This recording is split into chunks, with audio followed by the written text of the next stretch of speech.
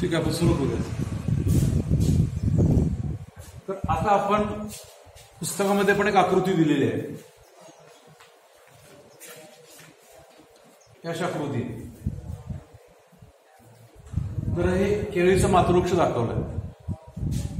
ह्याच्यापासून ही जे रोपं तयार झाली, 3 रोपं, ही कशी करतात ही सचित्र दाखवलेलं आहे. हे आपण मुद्द्यावळी या ठिकाणी बघू आपण. तर हा आजचा अभ्यासक्रमाचा भाग आहे. शेवटचा भाग वृत्ती संवर्धनाचा भाव आणि मर्यादा आपण पाहणार आहोत. तर पहिला मुद्दा काय दिला बघा. केळ गड्ड्याचा तुकडा घेणे. म्हणजे हा जो काही तळा असणारा गड्डा आहे किंवा वरती इथं जे फुलाचं पुढचा भाग आहे त्यात तुकडा घ्यायचा. तो असा तुकडा दिसेल. त्यानंतर तो जो तुकडा आहे तो निर्जंतुक करून घ्यायचा. त्यासाठी काय करतात, कॅल्शियम किंवा सोडियम हायपोक्लोराईड द्रावणामध्ये निर्जंतुक करून घ्यायचा. तो तुकडा सगळ्या त्या द्रावणात ठेवायचा. त्यामध्ये बाह्यांगाने जे काही चिकटलेले सूक्ष्म असते ते मारले जाते. त्यानंतर जादा होणारे जे काही रसायन आहे ते धुवून घ्यायचे, पाण्यात धुवून घ्यायचे. तर जादा ते रसायन होऊन चालणार नाही, ते स्वच्छ करून घ्यायचे. त्यानंतर तो जो काही धुवून घेतलेला भाग आहे त्याचे 5 मिलीमीटर रुंद, 5 मिलीमीटर लांब रुंद आणि तेवढा जाड असे तुकडे करायचे.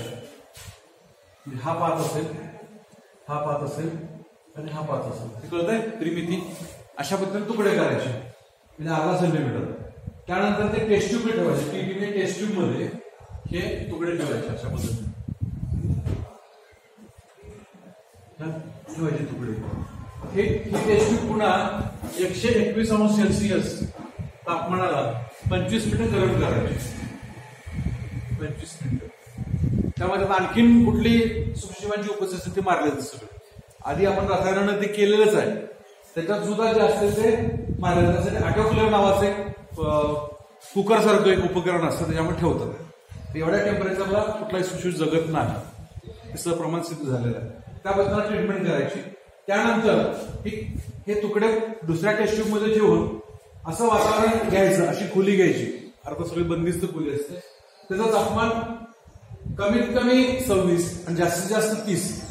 28 ± 2 म्हणजे याचा अर्थ काय, 28 अधिक 2 अगर 28 + 2 किती येईल, तर 26 ते 30 येईल. तर एवढ्या टेम्परेचर असणाऱ्या रूम मध्ये ज्या ठिकाणची आर्द्रता 70% आहे, आर्द्रता म्हणजे हवेतील बाष्पाचं प्रमाण 70% आहे, आणि त्या ठिकाणी जे काही प्रकाश आहे तर तो 100 लक्स कॅन्डल असेल. असा प्रकाशामध्ये 100 लक्स कॅन्डल जात आहे.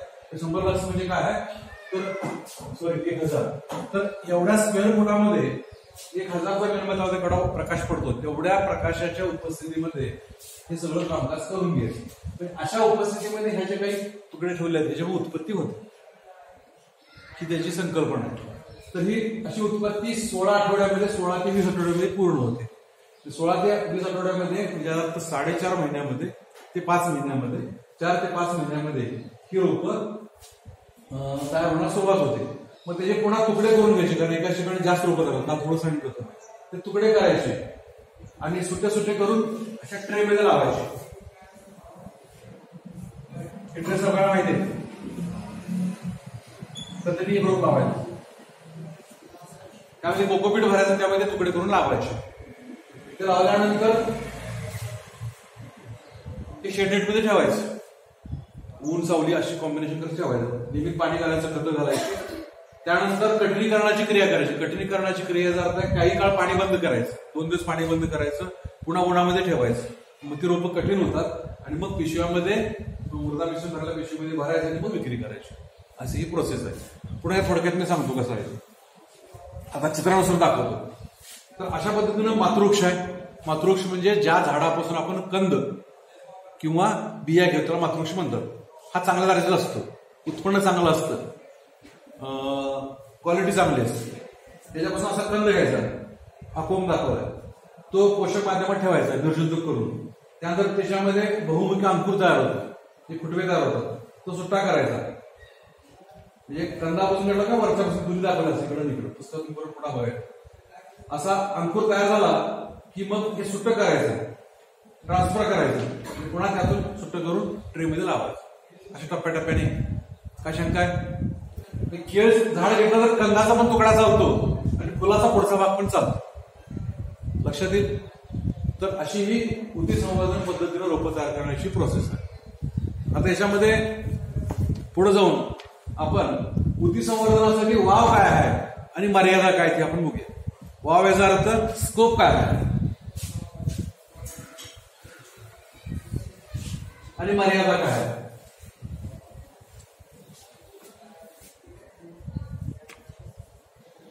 ऊती संवर्धन वाव आणि मर्यादा.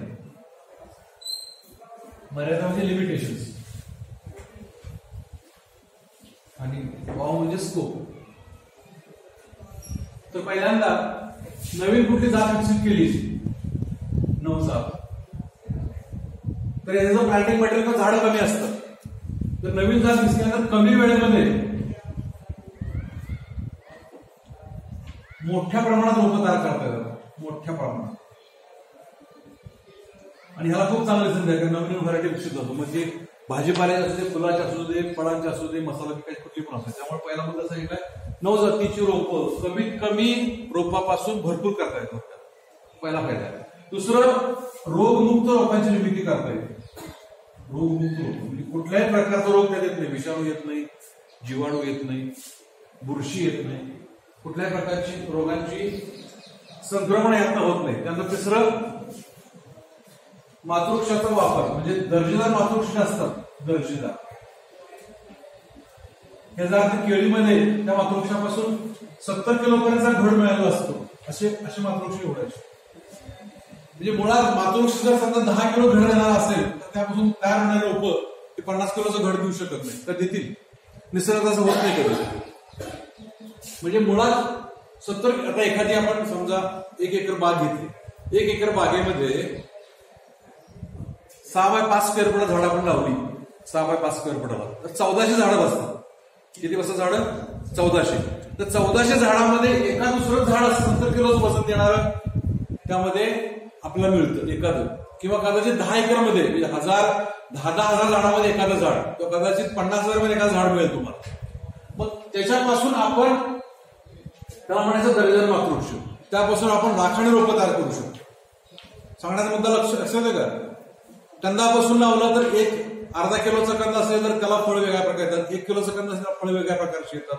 मुणवे कमी लांबी असेल तर त्याची फळं वेगळ्या पद्धतीने येतात. म्हणजे ठराविक प्रकारची चांगल्या दर्जाची रोपं तयार व्हायला मातृवृक्षांची संख्या निसर्गात कमी असते आणि कमी मातृवृक्षापासून रोपं आपल्याला करता येतात. हा दर्जन मातृवृक्ष पासून रोपं तयार करण्याच्या वावच्या दृष्टीने असणारा मुद्दा लक्षात घ्या. बघा बागेमध्ये चांगले उत्पन्न देणारे मातृवृक्ष कमी असतात. किती जरी कमी असले तरी सुद्धा भरपूर संख्येने रोपं आपल्याला तयार करतात. लक्षात येईल. हा तिसरा मुद्दा त्यातून वाव तुम्हाला लक्षात येईल. नंतर कमी जागा. कमी जागा अर्थ असा आहे की सरसनपणे हे 20 बाय 20 ची खोली असते.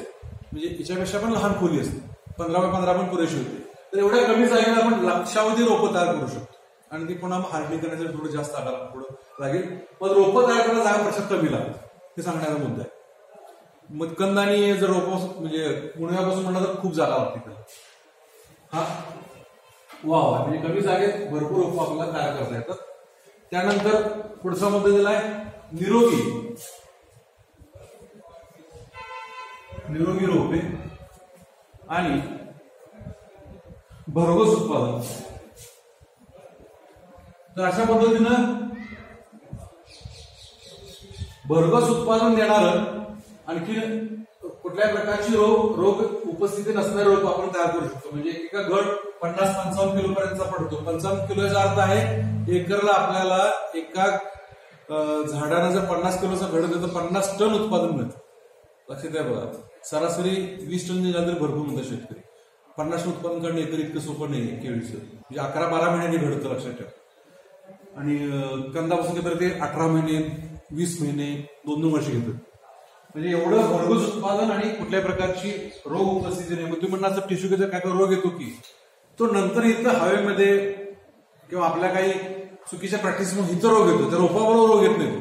तो लक्षात ठेवा. ही नंतरची स्थिती असते. त्यानंतर वर्षभर रोप आपण तयार करू शकतो. वर्षभर म्हणजे पावसाळ्यातच करायला पाहिजे, हिवाळ्यात करायला पाहिजे किंवा सीझन बघून करायला असं नाही. वर्षभर डिमांड असतं, वर्षभर रोप आपण करू शकतो. आणि त्याला मागणी तशी आहे. म्हणून उदाहरण सांगितलं काय संस्थेकडे आपल्याला 12 एकर केळी करायची, त्यासाठी त्याची डिमांड आपण आता नोंद केली आणि आपल्याला मार्च महिन्यात ती रोपं मिळणार. काही लोक मार्च लावतात, काही जण जून लावतात, काही सप्टेंबर लावतात, काही डिसेंबर लावतात. प्रत्येकाचे प्लॅनिंग डेट्स वेगळे असतात. प्रत्येकाचं कॅल्क्युलेशन वेगळं आहे. कुठल्या मार्केटला जायचं, दिल्लीला विकायचं आहे, पंजाबला विकायचं आहे, का एक्सपोर्ट करायचं आहे. तिथं मार्केट केव्हा जास्त असेल तेव्हा लोक त्याच्या आधी 11 महिने रोपं लावतात. लक्षात येतं काय? तर तो प्रत्येकाचा अंदाज वेगळा असतो. वर्षभर त्याला मागणी, वर्षभर आपण ते करू शकतो. त्यानंतर एकाच वेळी पकवता, हे महत्वाचं. एकाच वेळी पकवता.